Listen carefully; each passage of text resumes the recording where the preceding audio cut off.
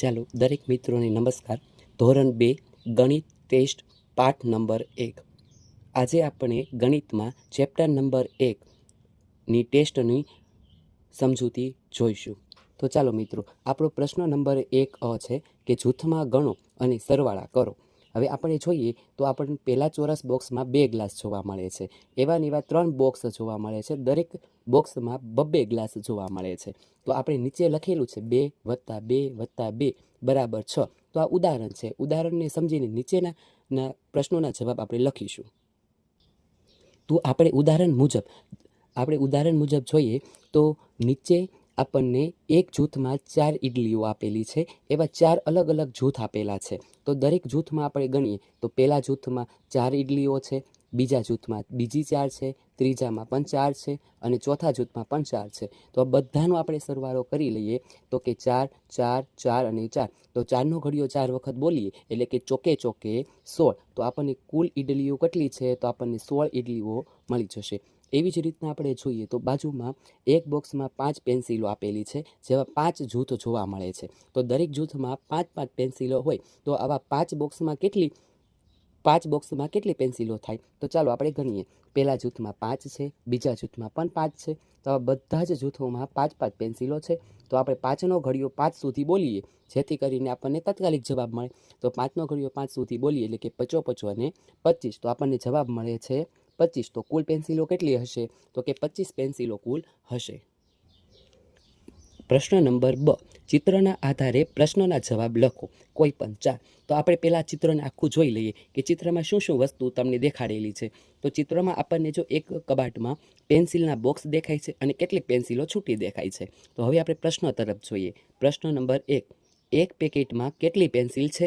તો ચાલો આપણે જોઈએ તો દરેક બોક્સ જોઈએ તો એક બોક્સમાં આપણને અંદાજિત 10 પેન્સિલો જોવા મળે છે. તો એક બોક્સમાં 10 પેન્સિલો છે.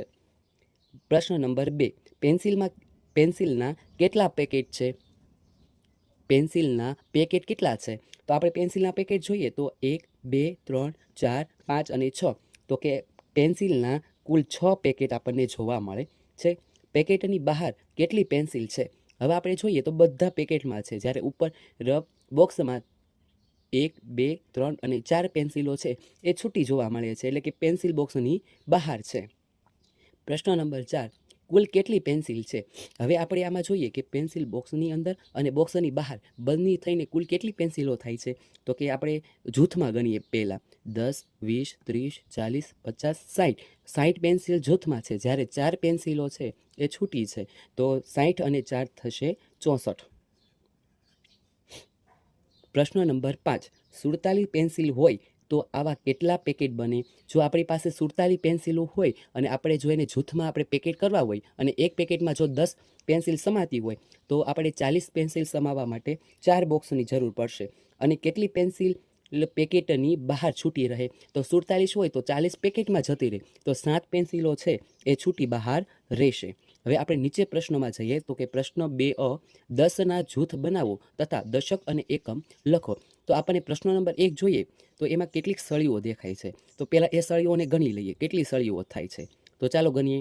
1 2 3 4 5 6 7 8 9 10 11 12 13 14 15 16 17 18 19 20 ને 21.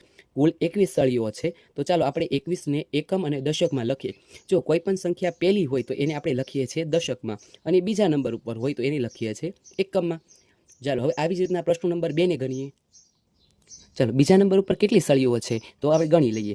1 2 3 4 5 6 7 8 9 10 11 12 13 14 15 16 17 18 19 20 21 22 23 24 25 26 અને 27. કુલ 27 પેન્સિલો જોવા મળે છે.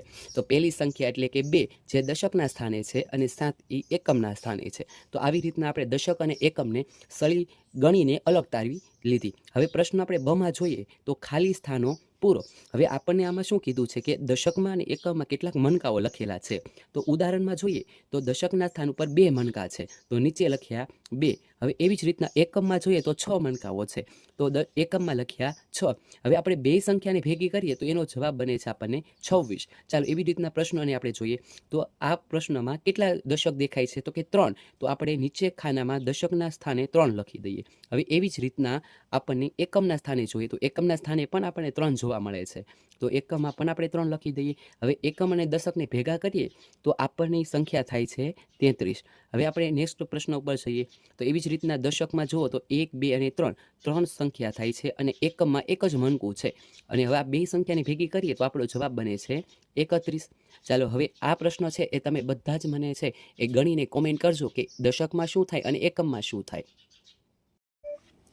પ્રશ્ન નંબર 3 લાગુ પડતા વિકલ્પની ફરતે રાઉન્ડ કરો. પ્રશ્ન નંબર 1, 72 એ 27 કરતાં નાની અથવા મોટી છે. હવે આ પ્રશ્નમાં આપણે જોઈએ તો 72 સંખ્યા છે એ મોટી સંખ્યા દેખાય છે અને 27 સંખ્યા છે એ નાની છે. તો હવે આપણે શું કરવાનું છે તો 72 એ 27 કરતાં સંખ્યા મોટી છે, 72 મોટા કહેવાય 27 કરતાં, તો આપણે મોટા ઉપર રાઉન્ડ કરી દઈએ. ચાલો પ્રશ્ન નંબર 2, 94 એ 49 કરતાં ઓછી અથવા વધારે છે. હવે 94 સંખ્યા છે એ મોટી છે જ્યારે 49 સંખ્યા નાની છે, તો 94 એ 49 કરતાં વધારે થાય. પ્રશ્ન નંબર 3, 44 એ 48 કરતાં નાની અથવા મોટી છે. હવે 44 છે એ સંખ્યા નાની છે, 48 સંખ્યા મોટી છે, તો 44 એ 48 કરતાં નાના થાય, તો આપણે નાના ઉપર રાઉન્ડ કરી દઈએ. પ્રશ્ન નંબર 4, 23 એ 32 કરતાં ઓછી અથવા વધારે છે.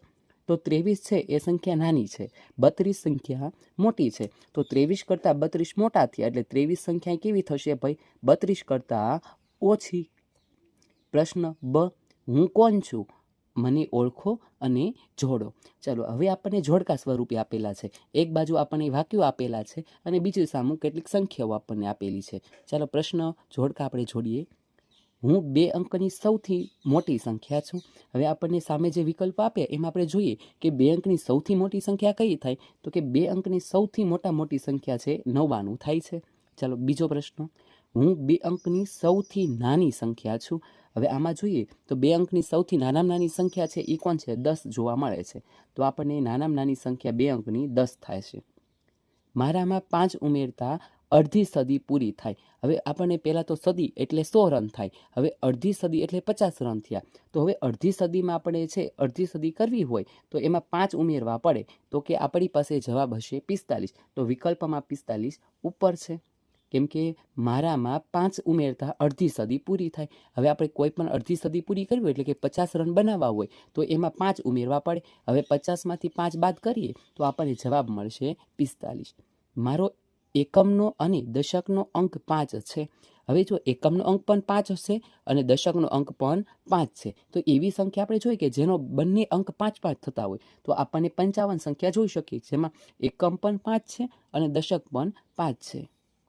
તો ચાલો જોડી દઈએ, જોડકા આપણા જોડાઈ ગયા. હવે આપણે પ્રશ્ન નંબર ક ઉપર જોઈએ, ગણો અને લખો. હવે પ્રશ્નો આપણે આ અગાઉ જોઈ ગયા છે કે પહેલાં તો સ્ટાર તમને કેટલા દેખાય છે પૂરા ગણી લઈએ તો પહેલાં તો જો 5-5ના બધા જૂથ આપેલા છે અને અહીંયા કેટલાક છૂટા સ્ટાર આપેલા છે. તો ચાલો આપણે 5-5ની ગણતરી કરીએ. 5, 10, 15, 20. હવે 5-5ના જૂથ થઈ ગયા. હવે સિંગલ ગણીશું આપણે 21, 22 અને 23. કુલ આપણને સ્ટાર છે એ 23 સ્ટાર જોવા મળે છે.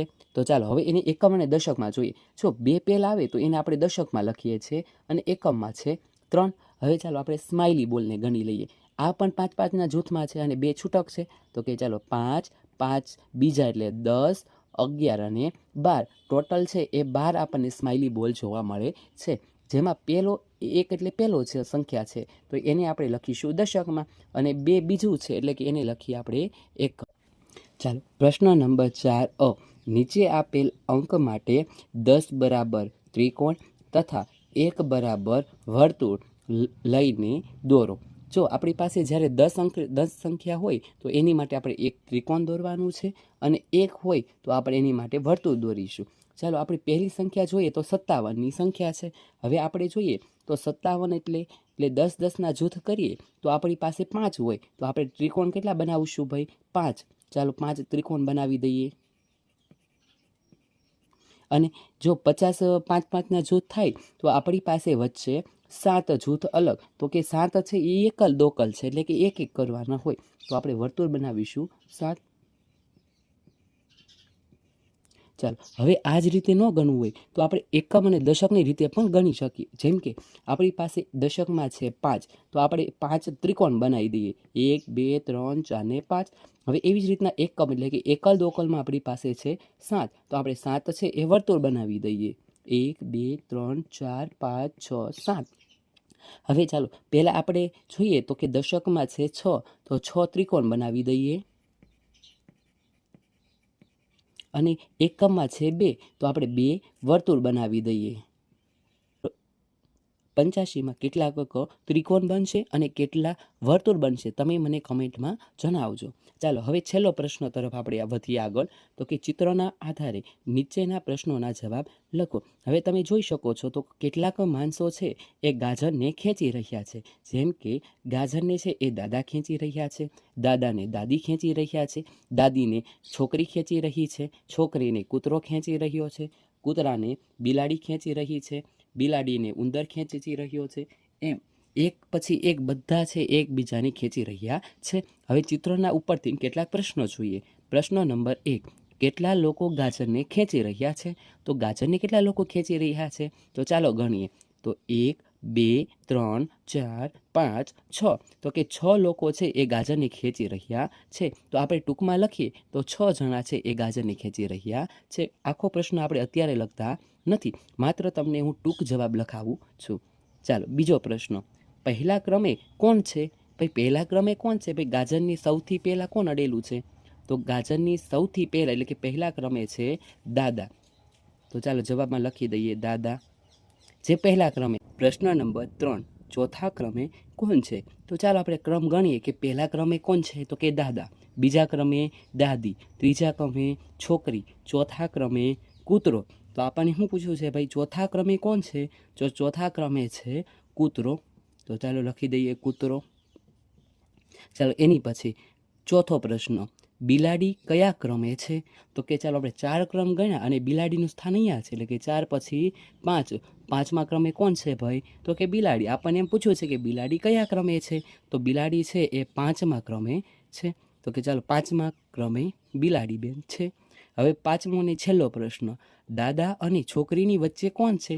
તો કે દાદા અહીંયા ઊભા છે અને છોકરી બાજુમાં છે, એટલે કે દાદા અને છોકરી વચ્ચે કોણ છે ભાઈ? તો કે બીજા નંબર ઉપરના દાદીમાં, એટલે કે દાદા અને છોકરી વચ્ચે ઊભા છે દાદી. ચાલો, તમને મારો આ વીકલી ટેસ્ટનો વિડીયો ગમી હોય તો અમારી ચેનલને લાઈક કરો, સબસ્ક્રાઈબ કરો અને શેર કરવાનું ભૂલતા નહીં. ચાલો મળીએ હવે આવતા વીકની વીકલી ટેસ્ટની સાથે.